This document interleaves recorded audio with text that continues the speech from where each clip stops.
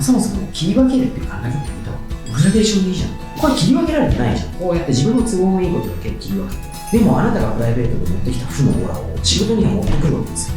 だから10代の頃思い出してください。練習すれば勝てるんです。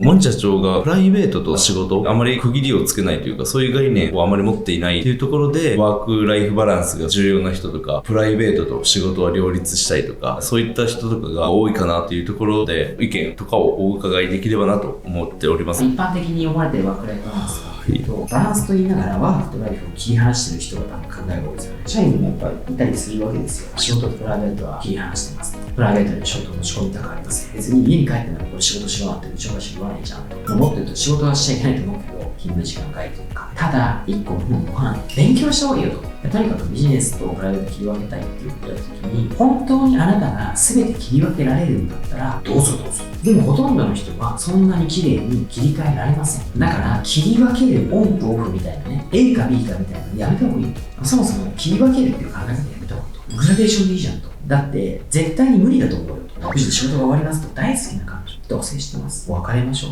と。探さないでください。髪を折りたとしましょうと。6時完璧に切り分けられてるんだったら、全力の笑顔でおはようございますですと。言えます？これ切り分けられてないじゃん。都合よく仕事を家に持ち込むことをしない。ビジネスとプライベートの干渉はしない。こうやって自分の都合のいいことだけ切り分けてる。でもあなたがプライベートで持ってきた負のオーラを仕事には持ってくるわけですよ。だから切り分ける切り分けないとかどうでもよくない。だって切り分けられないの絶対感情は。挨拶は仕事じゃないじゃないですかって言われても、いや仕事というタスクではないかもしれないけど、職場の仲間と最高の結果を出すために関係性構築は職務でもある。だってあなたがそんな暗い顔で朝来たらみんな心配するじゃん。なんかあったの？みんな仕事始まってんのに気にしちゃうよ。でもそういう仲間でもあってほしいし、やることはやるけれども心配になっちゃうじゃん。で絶対そんな状態でスパスパ仕事できないの絶対。そういうやつに限ってできるっていうのはできてない。とにかく切り分けるっていう考え方やめよう。境界をつけるつけないとか、それ自体が僕からしたらナンセンスだと。気持ちは絶対に境界線つけれないし、境界をつける理由が僕には分からないナンセンスだと思うので、そもそもワークライフバランスとかいう言葉も発しないし、意識もしてない。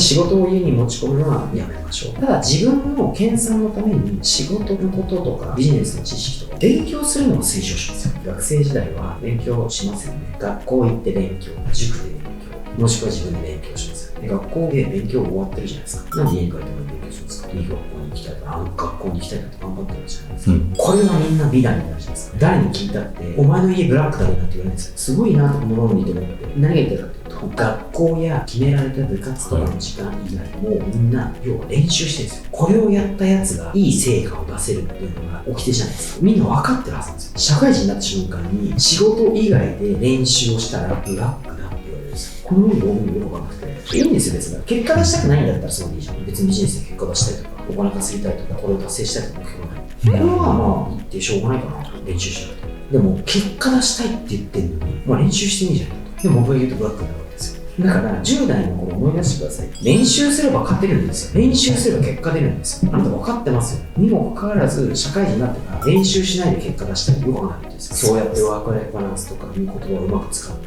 都合のいいように解釈して、いつも言いますよ。ちゃんと練習すれば勝てます。結果出せます。ワークライフバランスとかプライベートとビジネスの線引きが止まってる。いちいちくだらないこと言ってないんで、結果出したいんだったら練習すれば勝てますよ。だからこれだけの話をしてる。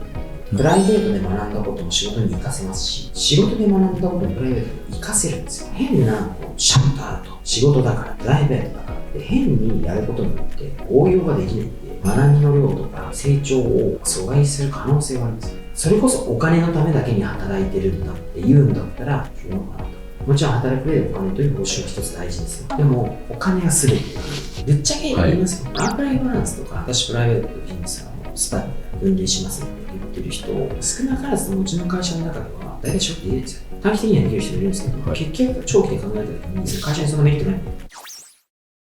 これが逆に勉強の弊害な気がするんですけど、みんなすぐ正解探してます。すぐ A か B かどっちか決めては人生に正解なんてないじゃないですか。正解が出せることは簡単なことです。簡単なことが事例があることなんですよ。でも勉強って必ず正解か不正解ってやられるじゃないですか。常にみんな正解探す癖があるなと思って。正解はない。特に新しいことをするとか、自分が未知のことをやるときは正解なんかない。だから常にベストな選択をしろと。A か B かじゃない C 探せと。どっちかがいいじゃなくて、A プラス B で C の方が C でいいじゃんと。結構好きなことがベストプラクティスを探せ。いつもベストな方法をを選択するんだと。プラクティスって練習でもありますけど、ベストの練習みたいな。正解はないという前提なんですよ。だから僕からしたら境界をつけるつけないっていう議論が意味わかんないんですよ。なんで右か左かなんだ、仕事かプライベートかみたいな。ちょっと理解不能ですね。で、逆に全部正解があったらちょっとつまんない人生ですよね。全部レールに乗っていくだけですよ。さっきは正解探すとか、あと10代しか勉強とか努力しないとか、練習した方が結果が出るっていうことは、みんなが本当はエビデンス持ってるんですよ。僕は思うに昔の価値観だと思うんですよ。下手したら親とかおじいちゃんとかの価値観だと思うんですよ。日本は終身雇用だったんで、いい会社に入ればある意味ゴールなんですよ。終身が安心だから、金銭的にも保証的にも。いい会社に入るまでがゴールで、そこまでひたすら頑張ったらゴールに行ったから、あとはそれなりに働いて、したら一生安泰。だからいい会社に入るまでが頑張ると。別に否定はしないです。そういう時代だったから。でも、今の時代は社会人としてどれだけ成果を出して豊かに生きるかと。ゴールは社会人になった時じゃないですよ。新卒の就職先がゴールじゃないじゃないですか。ゴールは下手したら働いた先なんですよ。今、社会人になってからが勝負なんですね。とにかく現代のゴールはもう働いた先ぐらいなんですよ。下手したらもう50とか60ぐらいがゴールですよ。とにかくでも昔と違うので、新卒で入社した時がゴールなのか、最低限の40、50がゴールなのか、時代変わってるので、このゴールの手前が練習で勝負じゃないですか。時代が変わってるのに、社会人になってから努力をしない、練習をしないという価値観がやばいよと思うんですよ。お金が全てじゃないですけど、いい家柄に生まれたとか、遊びながらもいい会社になんとか入ったとか、今努力してるとかっていう人を除いて、大した学歴もなくて、大した職歴もなくて、資格もなくて、それでもうゴールだと思って遊ぶ。で、遊ぶの否定しないんですけど、遊びからも学べばいいと思うんですけど、真面目に練習しないやつ、お先真っ暗だぞと。この価値観覚でいた20代が自分だけ振り返ったら失われた10年、20年になりますよと。結局はやっぱり、あなたどうなりたいんですかとか、漠然とでもいいからやっぱないと、ちっちゃい目標で目が立てないと、惰性で生きることになりますよ。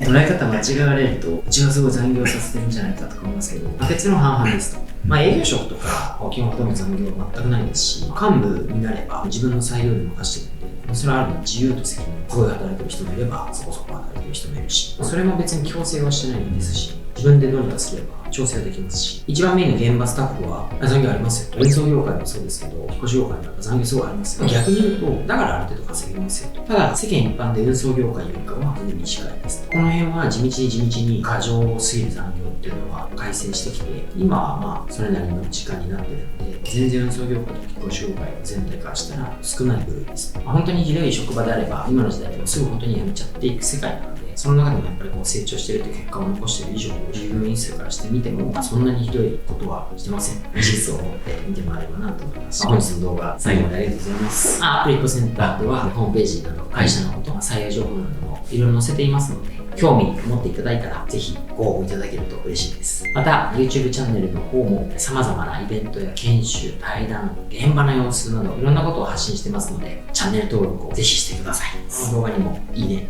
お願いします。ありがとうございました。ありがとうございました。